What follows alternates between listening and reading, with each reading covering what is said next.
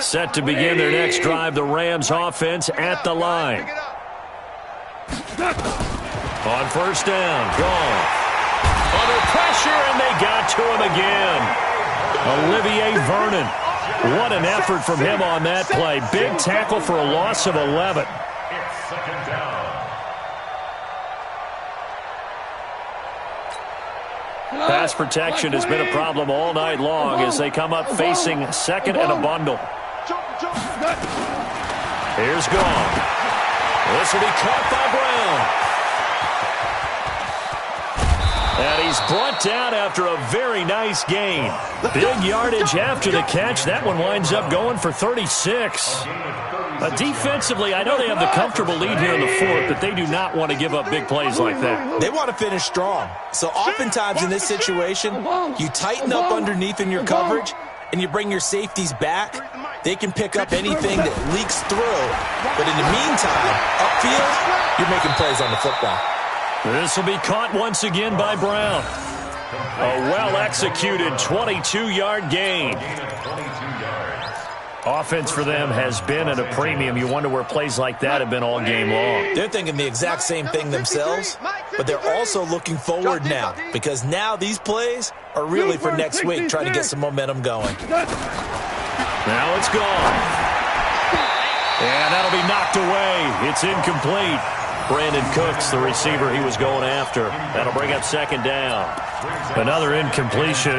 You know, it's a wonder he's still moving around back there the number of times he's been sacked. Yeah, he's staying out there, isn't he? And you don't think about it much in a game like this, but he's showing incredible leadership. Still competing, still fighting, not taking himself out of a ball game that appears lost. 12. Mike 56. Mike 56. Second and 10. Goff again. And this one taken in on the right sideline, but not in the field of play. They say it's incomplete. The throw led him a little too far. It brings up third down.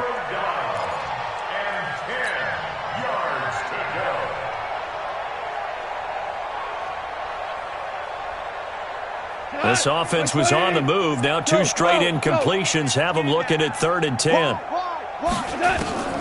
Throwing again is Goff.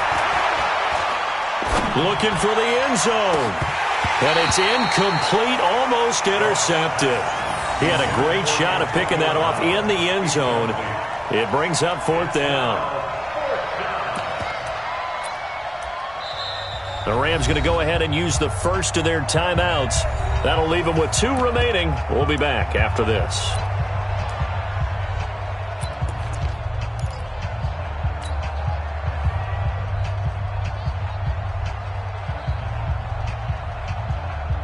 A critical one here if they're going to have any shot at this thing. So they'll go for it on fourth down. They go ahead and snap it. Gone. And this is incomplete. Boy, it looked like he had it and dropped it. And this Browns defense stands tall. That's another mistake there on the drop pass on fourth. And we've seen him do things like this all game. It's not hard to figure out why they're down by that deficit. They haven't made plays that are going to keep them in the game or win the game all game long. That's another example right there. It all boils down at the end of it to execution. Either you make the play or you don't. Mayfield going to lead the Browns up now, first and 10 at their own 28-yard line. They start on the ground with Nick Chubb. They'll only get a couple up to about the 30. Just 2 minutes remaining here in the fourth quarter of what has been a one-sided affair. So the Browns in possession of the football here as we get you reset. They've got a second down now as they look to salt this one away. The second down attempt there knocked down as it leaves the quarterback's hand, and it's incomplete. So much of this game is about leverage. We always talk about low man wins in the trenches. Well, it's like that in just about every position. And sometimes, if you lose that leverage and you're losing the battle, just jump up at the line of scrimmage and try and bat the ball away. And that's exactly what happened there. Now a third down throw, but it misses the target, incomplete. Well, this at least is the right idea. I think they've got to get the tight end more involved. He had just one target in the first half, incomplete. Now incomplete here with the first target of the second half. Yeah, should not stop them at all from going back to him, though. Find him. Find him. This is taken at about the 14. 12 yards on the return that time. And the offense will take over with a new set of downs.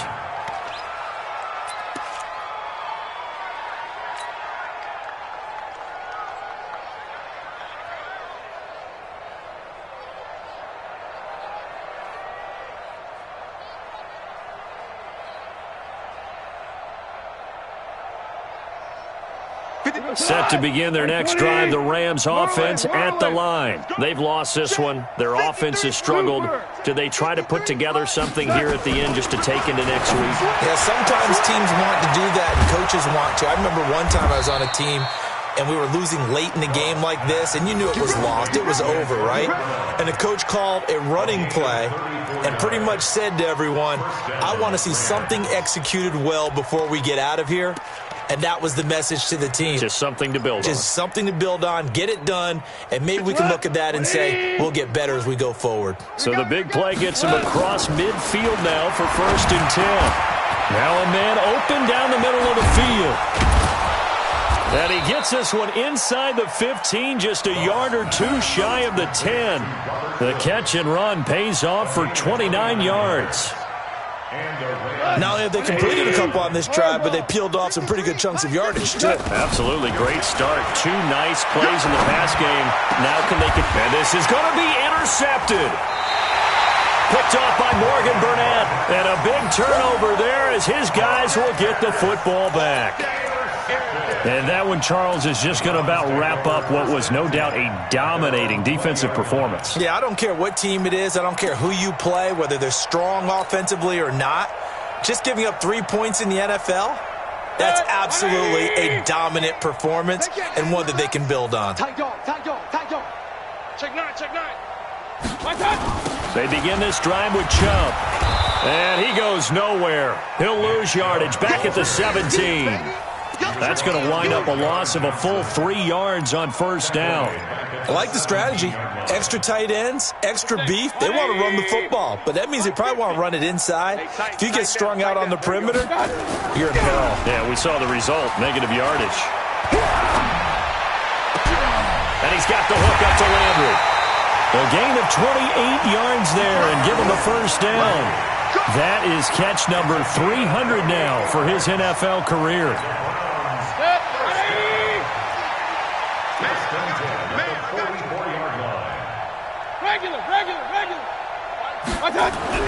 Well, the lead late in the 4th, but Mayfield's going to throw it. He's going to look for Beckham in the end zone. And that'll be incomplete with 11 seconds remaining now.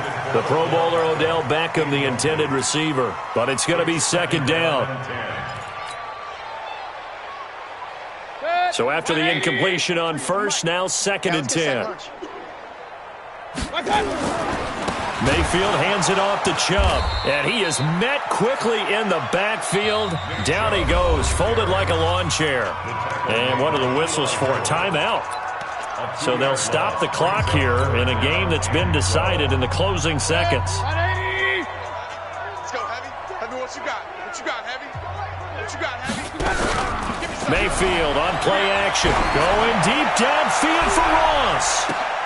And it's incomplete. They're still throwing to the very end, but now this game is over. So Cleveland able to come away with the victory here, and they were buoyed, Charles, by a big second half that put this one on ice. So you get the sense that whatever was said at halftime obviously hit home.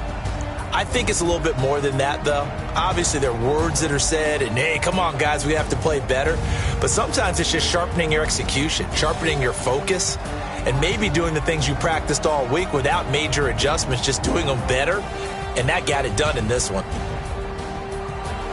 So for the Browns, it's back-to-back victories now after the Week 1 defeat as they move to 2-1. And they'll hit the road next week to take on the Baltimore Ravens. Meanwhile, for L.A., they too will exit with a 2-1 record. And they'll get a chance to redeem themselves at home next week. Thanks for tuning in, everybody. Alongside Charles Davis, we thank our entire crew. I'm Brandon Gaudin. This is the NFL on EA Sports.